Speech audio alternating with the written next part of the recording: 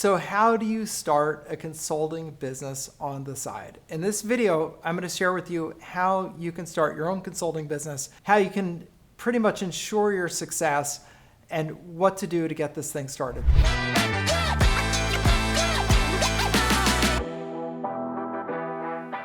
So number one, consulting that you're going to do successfully is going to be in something that you know and have a reputation among people that you know how to do. There are many businesses that don't have sufficient size or expertise, or they're taking on a new project that need to hire some outside consultants to either bulk up their workforce or to get expertise that they don't have. Now, just for example, in a business that's heavy in marketing, they often need to bring in expertise on Google AdWords, expertise on doing videos, expertise on marketing, because they don't have that in-house and they don't have enough work for it to be a full-time position. So those are typically consulting type positions where you'll hire someone that is a Google AdWords expert or a Facebook marketing expert. And then they're going to help you by putting ads together, putting headlines together, putting videos together, putting graphics together, and those are hired out to consultants. So what you want to think about is, what is it that you know how to do and that people know that you know how to do, and you can make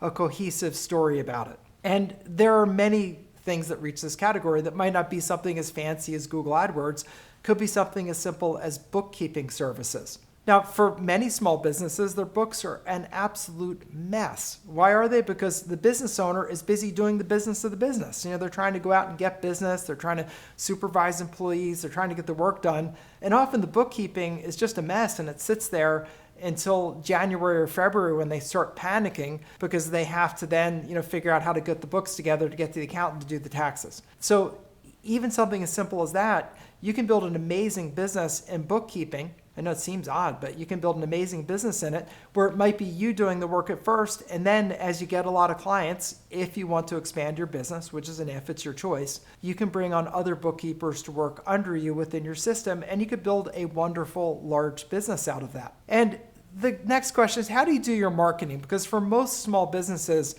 and consulting is a small business, where they have trouble is they don't know how to do marketing. They don't even know where to start with that. So they just don't do it, and then they have no business. So the way that you do that, the way you do the marketing, is you start with the people that you know. So for example, if you're thinking about leaving a company and starting a consulting business, you could have a conversation with your boss and say, you know what, I'm ready to leave full-time employment. I'd still like to do some things part-time, so I'm thinking about doing consulting. Would you be interested in me switching my position from full-time employee to part-time, consultant? And if they don't need you full-time in particular, that might be a very good deal for them. They may say, sure, we'd love that. We could have you 2 days a week. It would be wonderful, and that would be great. You can also take people that you know in your business community. Hopefully throughout your career, you develop connections with people in other companies that do similar things to you, people that are suppliers or companies that are suppliers, companies that are customers. And if you decide to go out and say you were doing marketing services or bookkeeping services or any number of things, you could reach out to them and say, I'm leaving my company. I'm going to do my own side gig. I'm going to do bookkeeping or copywriting or whatever it is you're going to do, and ask if they'd like some help. And here's some really important good news for you, but news you really need to follow. Consultants generally bill out at 2 to 3 times what you would make as an employee. Ideally 3x, can also be 2x in some circumstances, but ideally 3x. So if you're making $25 an hour as an employee, then you'd want to bill out $50 to $75 an hour as a consultant. Now you might think, well, why would you do that? Why does that make any sense? Well, it makes sense because first of all, you're not paid for every hour that is a work hour like you are when you're an employee. If you're an employee, you're paid for the time that you serve as an employee. So if you get $1,000 a week or $3,000 a week or whatever it is, you get that. But as a consultant, you only get paid when you're actually working. So things that you do like doing your own books, doing billing, doing compliance work, filing your taxes, all that time is uncompensated. So a consultant's life takes that into account and realizes that you're not going to get paid for every minute. So generally you're going to be making like a 3x increase. So whatever you charge, quote, 3 times. The other thing I would caution you is do not start out and be like, well, I'm just going to charge like what I would make as an employee at first because then I'll grow later. Do not do that. And here's the reason. When you do a good job for people, they're going to refer you to other people, but they often also say what they're paying. So if you're getting paid $25 an hour and then you go to your next, you sort of give a break to your contact and then you go to your next person, say, yeah, it's $75 an hour. Like, but wait, I thought it was $25 an hour, like my friend told me. And that's not going to fly. It doesn't work. So you need to be brave and just charge market rates from the beginning. These people that know you best are going to want to hire you anyway. They'd much rather hire you, the person that they know and trust and has some credibility, rather than some miscellaneous person that came through a job board. They came through monster.com or resumes.com or something. That's not the person they want. They want you, and you just have to be brave. And this is a very, very important point. Do not miss it, because if you blow this, you can really blow up your whole business. So make sure that you charge appropriate rates. Minimum is twice. That's not really enough, though. Ideally, charge 3 times your regular rate as an employee. Also, in your new role as a consultant, you need to translate your mindset from that of just an employee that gets paid for just being there, essentially, and hopefully getting some work done, to a business owner. Business owners are thinking about, how can I expand my business? How can I get more customers? How can I attract more customers? And something you may do if you're selling consulting services is you may decide to put together a podcast. You might put together a YouTube channel like I have. You might put out a book. Book is a great way to put out your expertise, because people that publish books are seen as experts and people really admire and respect that. So if you have the knowledge to put out a good book, that can be your calling card. And then you're not competing on price. Someone wants to hire you because that's the guy who wrote the book on it, or that's the woman who wrote the book on it. And that's an actual saying in her life. They wrote the book on it, right? So you need to think about, as a business owner, how am I going to set myself on an elevated platform? And if you do TED Talks, if you do YouTube videos, if you do podcasts where people look at it and say, you know what, that person, man or woman, has something interesting to say, or that person really knows what they're talking about, I want to hire them.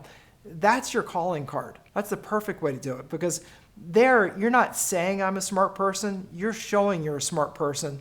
And when it's the audience's idea that that's a smart person, that they believe. When you tell them I'm a smart person, like, yeah, and you're full of yourself too. That doesn't really work.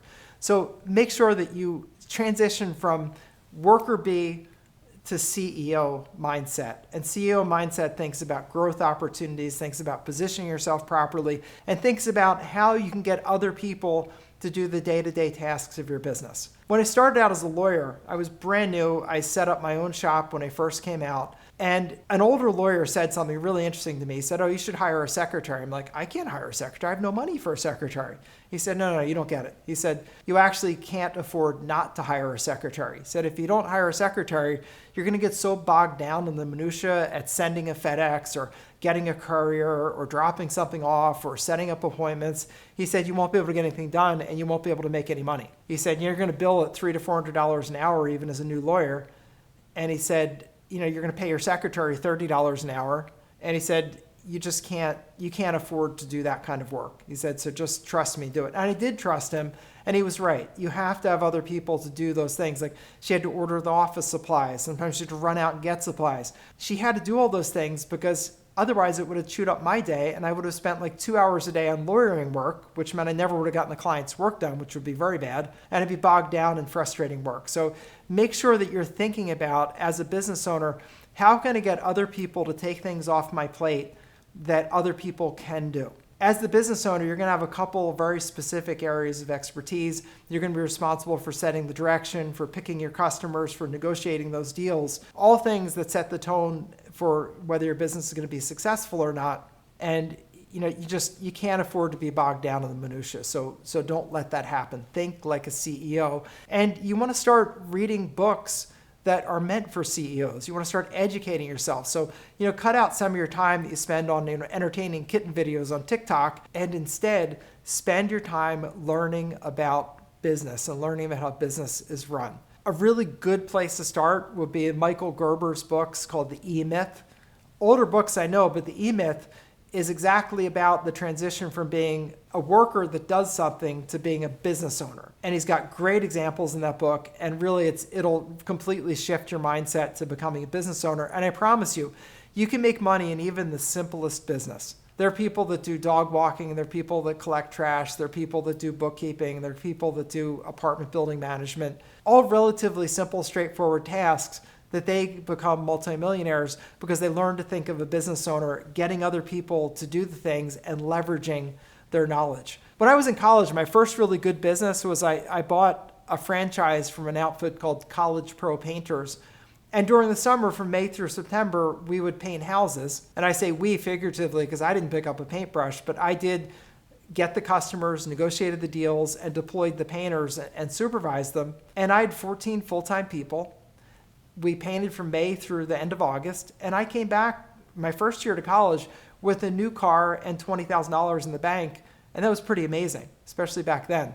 And the point is, you can, with a good system and mindset, you can do amazing things in any type of business. So I encourage you to take the first step. Start doing your research. Start thinking about what you can offer the market that people know you for. And they say, oh yeah, I'd hire him or her for that. And then take the first step and understand it won't be a smooth process. You'll have your pitfalls along the way of things that don't work out. But I know many people are very wealthy and very successful, and all of them had things that didn't work out. Don't be small-minded. Don't worry about that. Just move forward and start doing, and the success will appear, I promise. So this is Attorney Bob Diamond. Give you all the encouragement in the world. I wish you the greatest of success. If you have more follow-up questions, put them down below. I can't promise you I'll get to them. I get to what I can get to. But put them down there, and myself or my staff will take a look at them. We'll compile some ones we think are interesting and do follow-up videos on that. If you put a question down below, hopefully we'll get to it. Again, can't promise it, but we'll do what we can to get to them. But mostly, get out there and start doing. You can be successful, I promise, because you have something to offer the world that people will pay for, and you just have to get out, study, learn, and then do it.